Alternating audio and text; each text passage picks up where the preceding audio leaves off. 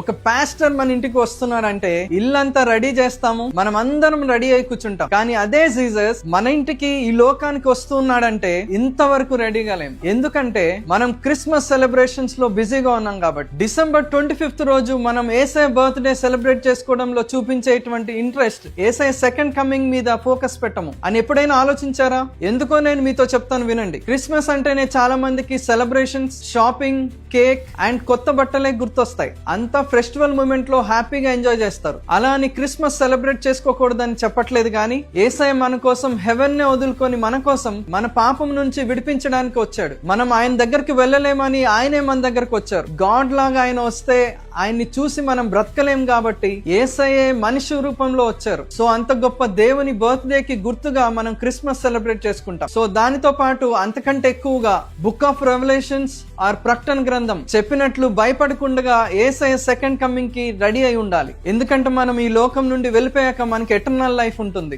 And మనకి ఎప్పుడు దేవుడు తానే లైట్ గా ఉంటాడు. అండ్ మన కోసం చాలా గొప్ప మ్యాన్షన్స్ ని ప్రిపేర్ చేశారని, అండ్ మనకి ఆకలి, దాహము అలాంటి ఏమి ఉండవని రెవల్యూషన్స్ లో మనం చూడగలం. సో మనం యేసయ్య బర్త్డే తో పాటు ఎక్కువగా యేసయ్య సెకండ్ కమింగ్ కోసం ప్రిపేర్ అవుతూ రెడీగా వెయిట్ చేద్దాం. I wish you a happy Christmas.